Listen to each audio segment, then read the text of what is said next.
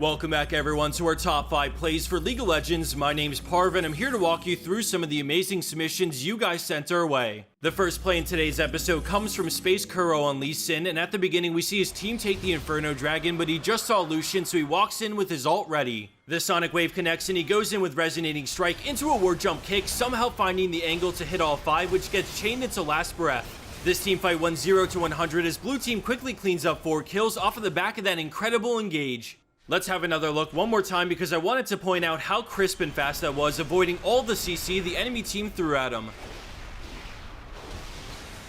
Coming up next in today's lineup, we have Acero on Braum with an overall great support play to pull more than his weight in Poros. Right off the bat, his Twitch opens up, so he cues Jinx to provide the passive, but Ryze is warping in, so he moves into position. Acero tags him right away, sending him airborne into the stun, and then Braum walks up to cue Jinx and slow her down before moving into position and using Unbreakable to create a safety barrier. He eats the Jinx rocket, and the splash damage only does 80%, so Twitch just barely stays alive long enough to finish off Janna before going down. His friendly Orianna is on the way, but he needs to buy time for her to get there, so he stalls them as much as possible while she flashes over the wall and picks off the Jinx way in the back. Braum knows that his Orianna can handle the Kha'Zix alone with her Shockwave and Ignite available, so he has no problem running away until Ryze turns around, and now he's needed once more. Orianna whiffs her ult, but Braum's here to help, putting pressure with the threat of his passive, and when he lands the Q, he knows Kha'Zix will die, so before they even get the kill, he rushes over to block for Orianna, eating so much damage from Ryze and the minions to keep her alive until she gets the double. Landing in a third place, we have Duncan making a return to our show with another unkillable tank play, but this time on Poppy. This guy knows the limits of his champion, and the confidence really shows in his decision making as he chooses to go in deeper for the Draven after getting hooked. He picks up the shield from his passive and rushes at the Draven, but before Heroic Charge comes off cooldown, he gets rooted, so he has to settle for charging Maokai for the Courage Shield. His team is really on the fence about committing to the fight because this looks so rough, but he still manages to throw the Buckler for the instant shield before lining up the wall stun, queuing for the slow, and then Orianna flashes over the wall to shield him in Shockwave. He drops insanely low, but flashes the Mastery, knowing he's getting out of here alive because they're out of mana.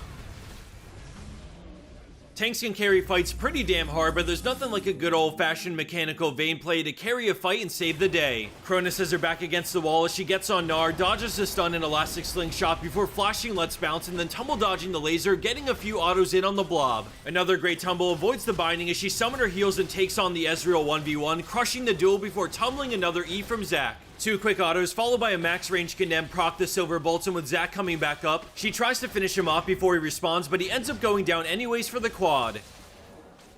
And for our number 1 pro play for this week, we have Sober14 on Katarina, showing great foresight in how she maneuvers through this fight. She has vision over the wall and jumps on Sivir, Wing and Qing for the Shumpo reset while opening a path to stay on Sivir and finish her with a max range Shumpo. Sober QWs and flashes out, following the dagger trail she created to get to Leona for the double. She preps another dagger and honestly just completely outplays them so hard, Shumpoing over and over again and blinking just in time to take the blasting plan over with Zed to get the quad. I want to emphasize that this wasn't a spam your abilities and hope for the best Katarina. It's really clear that there was a plan behind pretty much every dagger that hit the ground. If you go back and rewatch this play, you'll see the path she takes is really well set up and her mechanics are on point.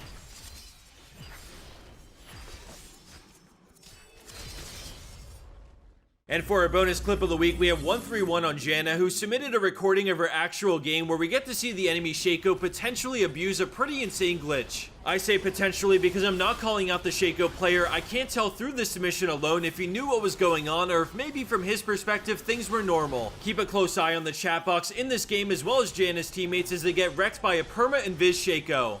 It means a lot to us that you stayed and watched pretty much our entire video, so I'm going to do a giveaway for you guys with no strings attached. You don't have to click any links or go anywhere else. Just be a subscriber and comment something down below and you'll be automatically entered in this giveaway for a HyperX Stinger. In our next top 5, I'll be sure to mention who won the headset so it's nice and easy for everyone to know who won. Lately, we've been trying to scale back on the sponsor ads and kind of find a nice middle ground, so for this episode, there's no ad. I just wanted to take this time to thank each and every one of you for tuning in and watching our videos. We put our heart into everyone, and it means a lot to see so many people watch them every day and appreciate the work we put in, so thanks again. A small side note, but not only will being a subscriber enter you in today's giveaway, but if you like what we do, the best way to support us is by subscribing. That way our new videos appear in your sub feed on YouTube, and you can catch our videos more consistently, which in the end helps our channel grow and reach more people. Now that Janna's killed that pesky Shaco, it's time for her to back and swag out with the 6-item Soul Stealer. While she does that and throws the game, maybe you want to check out one of her recent videos, subscribe, or go ahead and drop that comment for the giveaway. Whatever you decide to do, I'll love you for it. Yes, even if your choice involves Soul Stealer.